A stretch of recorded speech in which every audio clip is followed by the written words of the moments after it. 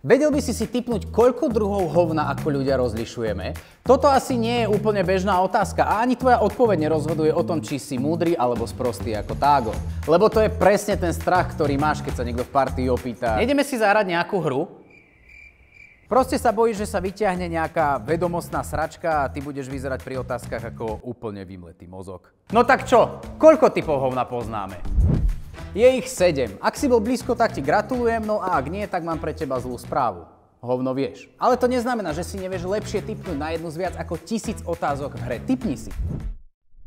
Áno, naozaj je celá hra iba o tipovaní, a teda o tvojom dobrom odhade. Z tohto dôvodu je hra na jednej strane nevhodná pre ženy, lebo chápeš, obrubníky, parkovanie, 20 cm penisy, ale zároveň aj vhodná pre ženy, pretože pár hier s partnerom mu možno nahradí stavkové kancelárie. Máme tu 6 okruhov: fauna a flóra, pre debilov rastliny a zvieratka, veda a technika, spoločnosť, stalo sa, šport, vhodný pre stavkárov, no a pre vyberavých a náročných rôzne.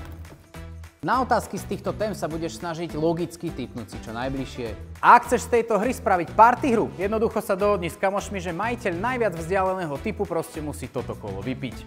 Aj keď rozmýšľam, horšie asi bude, keď cieľom hry nebude zahrať si, ale natrunžiť sa. Koľko prstov má dospelý človek na ľavej ruke? 3 otázky a 3 odpovede. Ale ako vyzerá jedno kolo tejto hry? Keďže Zuzá má prefajčený hlas, tak prvú kartu berie do ruky Vlasta. Keď rozluští všetky písmenká, tak si v duchu prečíta všetky 3 otázky, no a vyberie tú, ktorá sa jej najviac páči. Koľko svalov potrebujem na smiech? Každý vrátane Vlasty sa zamyslí. Braňo vie, že na erekciu potrebuje 1, ale keďže tvár nie je penis, tak tuší, že asi toho bude viac. A tak všetci napíšu svoje intuitívne tipy. Následne každý z hráčov prečíta svoj tip. Tu ale prichádzajú na scénu žetóny. Tie môžem staviť na kohokoľvek vrátane seba, na tip, o ktorom si myslím, že je asi najbližšie k pravde, pretože to nemusí byť ten môj. Svoje žetóny som ale položil na odznak modrej farby, aby bolo každému jasné, že tieto žetóny sú moje. Ja som napísal 8. Vlasta napísala, že na smiech potrebujeme 20 svalov, čo mi príde celkom rozumné a preto som aj na ňu stavil.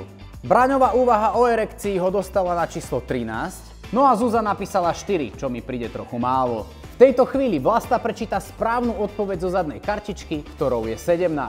No a kto vyhral? No, Braňo nie. O jedno číslo bližšie bola nakoniec Vlasta, no a tak sa stáva výherkyňou tohto kola, vrátane tých, ktorí na ňu stavili. To, akým spôsobom sa prerozdeľujú žetóny, tu vysvetľovať nebudem, to nájdeš v pravidlách. Podstatné ale je, že vyhráva logicky ten, kto nazbiera najviac žetónov.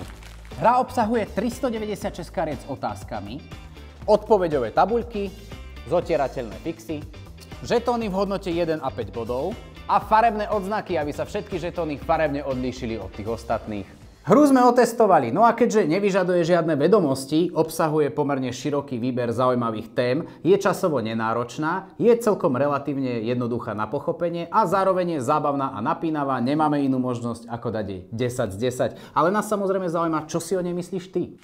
Ak chceš vedieť viac o tejto podľa nás fakt cool hre, tak choď na YouTube Samozvaný, no a tam ti ukážeme, ako sa tipni si vlastne hrá. Ale pozor, pre všetkých z vás máme kód Samozvaný, s ktorým získate 12% zľavu nielen na hru Tipni si, ale na úplne všetko, čo nájdete na webe alby.sk. Tak to bežte využiť, no a do komentáru nám napíšte, ktorú hru by ste chceli vidieť na budúce. Čaute.